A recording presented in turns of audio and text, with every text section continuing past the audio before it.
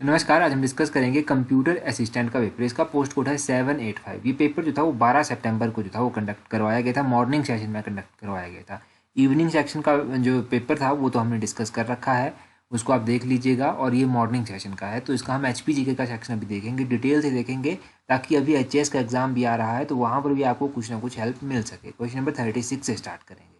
36 में पूछा गया है, under doctor YS Parmar Kisan Swarozgar Yojana the Himachal Pradesh government is providing what percentage of project assistance to the farmers. तो डॉक्टर YS परमार किसान स्वरोजगार योजना के अंतर्गत हिमाचल प्रदेश सरकार किसानों को कितना प्रतिशत परियोजना की सहायता दे रही है।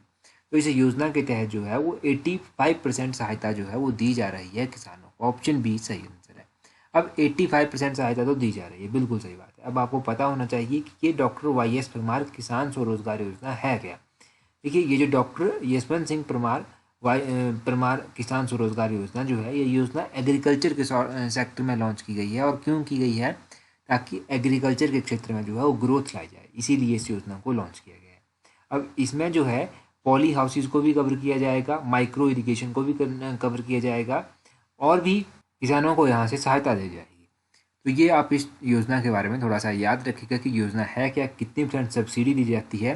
37 क्वेश्चन देखिए, यहाँ पर पूछा गया है, Doodh Ganga scheme has been launched in Himachal Pradesh in collaboration with which of the following. ये जो दूध गंगा योजना है ये हिमाचल प्रदेश में लॉन्च की गई है। ये किसकी सहायता से लॉन्च की गई है? ये योजना नाबार्ड की सहायता से लॉन्च की गई है। ऑप्शन ए सही आंसर है। ये क्वेश्चन हमने अपनी गिराज की पत्रिका में पहले कई बार डिस्कस किया है, और इस तरह के क्वेश्चन जो हैं वो गिराज पत्रिका में हम बहुत सारे डिस्कस करते हैं।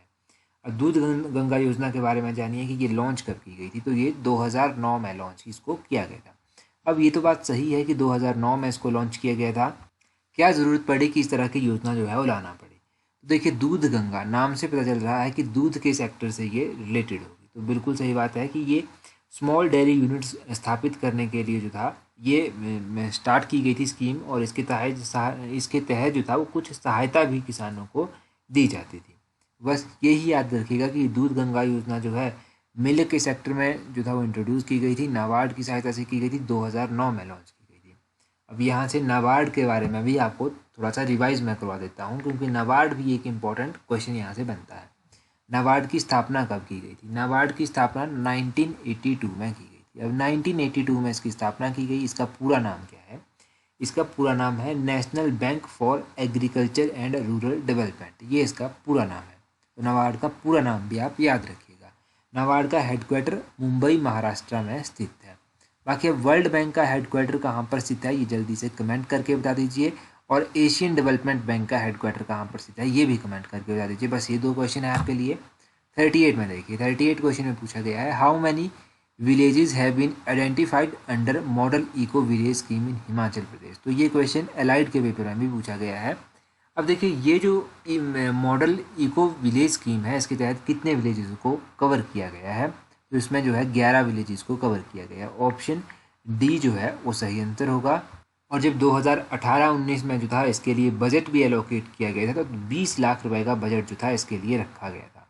ये 2018-19 की बात हो रही है। और ये जो मॉडल इको विलेज स्कीम है ये किस डिपार्टमेंट के तहत इम्प्लीमेंट की जाएगी या फिर की गई है? तो ये इम्प्लीमेंट की गई है through the department of environment science and technology. तो environment science and technology department का नाम भी आप याद रखिएगा। क्वेश्चन नंबर 39 देखिए, 39 भी काफ़ी इंपॉर्टेंट क्वेश्चन है, और मुझे एग्जैक्टली याद है कि गिरिराज पत्रिका में ये क्वेश्चन आया था तो वहाँ पर हमने डिस्कस किया था, और इसके बारे में हर एक फैक्ट हमने जाना था। यहाँ पर पूछा गया है, labour court are located at which of the following place in Himachal Pradesh. तो लेबर कोर्ट हिमाचल प्रदेश में कहाँ पर स्थित है? देखिए, लेबर कोर्ट हिमाचल प्रदेश में शिमला में स्थित है और धर्मशाला में स्थित है। ये ऑप्शन डी सही आंसर होगा। बोथ ए एंड बी जो है वो सही आंसर है। अब देखिए, 2 लेबर कोर्ट हिमाचल प्रदेश में स्थित है, तो इससे 12 जिलों का काम कैसे चलेगा? ये जो 2 लेबर कोर्ट हैं इनमें क्या किया गया है, इनमें जिलों को बांट दिया गया है। जैसे कि एक शिमला में ये कोर्ट है, ये तो शिमला में तो उसका हेडक्वार्टर है। अब ये कोर्ट कहाँ कहाँ पर काम करेगा, इसकी जुरिडिक्शन जो है वो कहाँ कहाँ तक होगी? इसकी जुरिडिक्शन जो है वो शिमला में भी होगी, किन्नौर में होगी, सोलन में होगी, सिरमौर में होगी। तो इन 4 जिलों में इसकी जुरिडिक्शन होगी। और धर्मशाला की बात करें तो धर्मशाला में एक जो डिस्ट्रिक्ट कांगड़ा में इसकी जुरिडिक्शन होगी, चंबा में होगी, ऊना में होगी, हमीरपुर में होगी, बिलासपुर में होगी, मंडी में होगी, कुल्लू में होगी, लाहौल स्पीति में होगी। तो 8 जिलों को ये कवर करेगा धर्मशाला का लेबर कोर्ट, और ये जो है 4 जिलों को कवर करेगा शिमला का लेबर कोर्ट। ये आप याद रखिए इसके बारे में, ये काफ़ी इंपॉर्टेंट है लेबर कोर्ट के बारे में। 2 ही लेबर कोर्ट हिमाचल में है, जिन एक शिमला में इसका हेडक्वार्टर है और दूसरे का धर्मशाला में हेडक्वार्टर है, परंतु एक 8 जिलों को कवर करता है, एक 4 जिलों को कवर करता है। आगे देखते हैं हमारे पास 40 क्वेश्चन क्या दिया गया है। यहाँ पर पूछा गया है the installed capacity of Renuka ji dam project will be. तो ये जो रेणुका जी परियोजना है ये भी इंपॉर्टेंट है, इसके बारे में तो ऐसे भी जनरली हम डिस्कस करते रहते हैं। तो रेणुका जी परियोजना की क्षमता कितनी है? ये प्रोजेक्ट जो है ये 40 मेगावाट का प्रोजेक्ट है। ऑप्शन ए जो है वो सही आंसर। अगर आपने प्रीवियस वीडियोस देखी होगी तो किसी न किसी वीडियो में हमने डिस्कस किया है। अब 40 मेगावाट का ये प्रोजेक्ट है, ये तो आपको पता चल गया। ये प्रोजेक्ट जो है ऑब्वियसली ये प्रोजेक्ट कहाँ पर स्थित होगा? सिरमौर में ही स्थित होगा। और भी ऐसे प्रोजेक्ट हैं जो इससे रिलेटेड हैं और एग्जाम पॉइंट ऑफ व्यू से इम्पोर्टेंट है। एक तो छांजू हाइड्रो इलेक्ट्रिक प्रोजेक्ट है, ये छांजू हाइड्रो इलेक्ट्रिक प्रोजेक्ट तीसरी परियोजना जो है ये 48 मेगावाट की है, और ये परियोजना जो है चंबा में स्थित है। उसी तरह सोंगटोंग करछम परियोजना की बात करें तो ये परियोजना भी एग्जाम में पूछी जाती है। सोंगटोंग करछम परियोजना की कैपेसिटी 450 मेगावाट है और ये सतलुज नदी के ऊपर बनी हुई है, डिस्ट्रिक्ट किन्नौर में स्थित है। साबरा कुड्डू परियोजना ये 111 मेगावाट की परियोजना है, ये शिमला में स्थित है। और इसके अलावा बात करें अगर हम सुरगानी चुंडला परियोजना की तो ये 48 मेगावाट की परियोजना है। और एक इसी तरह धमवारी सुंधा परियोजना भी है। धमवारी सुंधा परियोजना जो है ये 70 मेगावाट की परियोजना है। नखतान हाइड्रो इलेक्ट्रिक प्रोजेक्ट 460 मेगावाट का है। ठीक है, ये डिस्ट्रिक्ट कुल्लू में स्थित है। मैं एक बार फिर से रिवाइज करता हूँ धीरे धीरे ताकि आपको लिख सकें, आप इनको याद कर सकें। नखतान हाइड्रो इलेक्ट्रिक प्रोजेक्ट 460 मेगावाट का है, डिस्ट्रिक्ट कुल्लू में स्थित है। रेणुका जी परियोजना 40 मेगावाट की है और सिरमौर में स्थित है। इसके अलावा छांजू परियोजना जो है, छांजू हाइड्रो इलेक्ट्रिक प्रोजेक्ट 3 जो है ये 48 मेगावाट की है और चंबा में स्थित है। सोंगटोंग करछम परियोजना 450 मेगावाट की है, किन्नौर में स्थित है। सावरा कुड्डू परियोजना 111 मेगावाट की है, ये शिमला में स्थित है।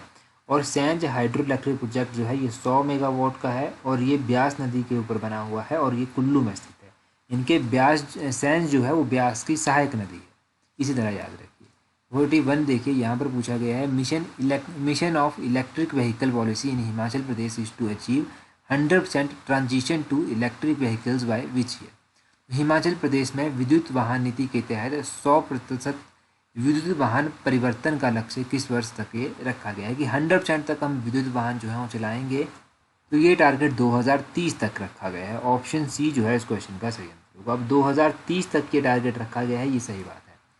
अब देखो वैसे तो इलेक्ट्रिक व्हीकल्स की बहुत बात होती है और ये अच्छे भी हैं। आपने देखा होगा कि HRTC के द्वारा इलेक्ट्रिक टैक्सियाँ भी चलाई गई हैं। अगर आप इन छोटी छोटी टैक्सियों को देखेंगे तो इनकी कैपेसिटी जो है वो बहुत कम है और ये चार्जिंग टाइम जो है इनका बहुत होता है। एक दिन एक टैक्सी ड्राइवर के साथ बात हो रही थी तो मैंने उनसे पूछा कि कितने टाइम में ये चार्ज हो जाती है, तो उसने बताया लगभग 8 घंटों में जो है ये चार्ज होती है। 8 घंटों में चार्ज होती है और उसकी जो एवरेज उसने बताई तो उसने 60 से 80 किलोमीटर यानी कि 60 से 100 किलोमीटर मान के चलिए आप, तो इतनी ही किलोमीटर दिन में चलती है 8 घंटे चार्ज करने के बाद। तो मतलब इनकी कैपेसिटी अभी तक बहुत कम है। अभी तो खैर अपग्रेडेड जो आएंगी वो थोड़ी कॉस्टली भी होंगी। तो ये तो एक छोटी सी बात है, जैसे generally exam point of view से तो ये इंपॉर्टेंट नहीं है। तो क्वेश्चन नंबर 42 देखिए आप, यहाँ पर पूछा गया है Surajtal lake is located in which district of Himachal Pradesh. Surajtal झील जो है वो हिमाचल प्रदेश के किस जिले में स्थित है? चंद्रताल, सूरजताल। ऑप्शन डी लाहौल स्पीति में स्थित है। इन दोनों के बारे में पता चल गया। यूनामसो झील कहाँ पर है? ये भी लाहौल स्पीति में स्थित है। गढ़ कुफर झील एक एग्जाम में पूछा गया था, कहाँ पर स्थित है? शिमला में स्थित है। इसके अलावा मंडी में जो झीलें स्थित हैं उनमें एक पराशर झील आती है, रिवालसर झील आती है, कुमारवाह झील आती है, कराशर झील आती है, सुखसार झील आती है। तो ये तो मंडी की इंपॉर्टेंट झीलें हो गई। इसके अलावा कुल्लू में कौन कौन सी आती है? कुल्लू में भृगु झील आती है, सरिताल झील आती है, दशहर झील आती है, मंतलाई झील आती है, देवरी झील आती है, हंसा झील आती है। ये डिस्ट्रिक्ट कुल्लू में है। तो ये डिस्ट्रिक्ट कुल्लू की हो गया, मंडी की हो गया, लाहौल स्पीति की मैंने आपको बता दिया। बाकी डिस्ट्रिक्ट चंबा की भी हम रिवाइज कर ही लेते हैं जब ऑप्शन में डिस्ट्रिक्ट चंबा दिया गया है। तो चंबा में एक तो खजियार झील है, मणिमहेश झील है, महाकाली झील है, गढ़ासरू झील है और लामा झील है। ये डिस्ट्रिक्ट चंबा में स्थित है। क्वेश्चन नंबर 43 देखिए। 43 में पूछा गया है Gumma and Drang are areas of Mandi district of Himachal Pradesh are famous for which of mineral. तो हिमाचल प्रदेश के मंडी जिले के गुम्मा और द्रंग किस क्षेत्र के लिए प्रसिद्ध है, तो किस खनिज के लिए प्रसिद्ध है? ये रॉक साल्ट के लिए प्रसिद्ध है। ऑप्शन डी जो है वो सही आंसर है। तो मंडी के बारे में तो यहाँ से रॉक साल्ट से एक ही क्वेश्चन बनता है, इसके बारे में ज़्यादा जानने की कोशिश भी नहीं करेंगे, यहीं पर स्टॉप करते हैं। अगला क्वेश्चन देखते हैं। अगले क्वेश्चन में पूछा गया है द वैदिक name of river Yamuna is, तो यमुना नदी का वैदिक नाम क्या है? यमुना नदी का जो वैदिक नाम है वो क्या है? वो है कलंदी। ऑप्शन ए जो है इसका सही आंसर होगा। हिमाचल प्रदेश की सबसे छोटी नदी कौन है? तो हिमाचल प्रदेश की जो सबसे छोटी नदी है वो है यमुना नदी, इसका वैदिक नाम हो गया कालिंदी। अब यमुना नदी की सहायक नदियाँ भी आपको पता होनी चाहिए। तो यमुना की जो सहायक इंपॉर्टेंट नदियाँ हैं वो कौन कौन सी हैं? इनमें गिरी आती है, टॉन्स आती है, पब्बर आती है, आंध्रा आती है। ये यमुना की इंपॉर्टेंट सहायक नदियाँ हैं। अब इसी तरह ऑप्शन में कुछ और भी दिया गया है, जैसे कि पुरुषनी दिया गया है। तो पुरुषनी किस नदी का वैदिक नाम है? ये रावी नदी का वैदिक नाम है। अस्किनी किस नदी का वैदिक नाम है? अस्किनी जो है वो चिनाब नदी का वैदिक नाम है। और अर्जिका किस नदी का वैदिक नाम है? तो अर्जिका ब्यास नदी का वैदिक नाम है। तो ये भी ऑप्शंस में जो दिए गए हैं वो भी आप याद रखिए। ये क्वेश्चन से हम लगभग 5-6 फैक्ट तो क्लियर कर लेते हैं अपने। क्वेश्चन नंबर 45 देखिए, काफ़ी इंपॉर्टेंट है। Mandi princely state was founded by, तो मंडी जो राजसी राज्य है इसकी स्थापना किसके द्वारा की गई थी? तो ये जो मंडी रियासत है इसकी स्थापना राजा बाहू सेन के द्वारा की गई थी। ऑप्शन ए जो है वो सही है। अब मंडी की स्थापना राजा बाहू सेन ने की। कुछ लोग अभी से कमेंट करना शुरू कर देंगे कि अजबर सेन ने की थी। तो वो मंडी टाउन, मंडी जो सिटी है, मंडी जो शहर है, उसकी स्थापना की थी राजा अजबर सेन ने। तो ये आप याद रखिए, राजा अजबर सेन ने किसकी स्थापना की? राजा बाहू सेन ने किसकी स्थापना की?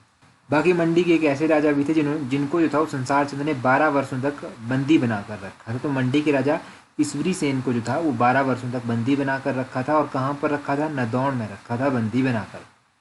मंडी के एक ऐसे राजा भी थे जिन्होंने दिल्ली दरबार में जो था वो भाग लिया था 1911 में। तो मंडी के राजा भवानी सेन ने जो था वो दिल्ली दरबार में 1911 को जो था वो भाग लिया था।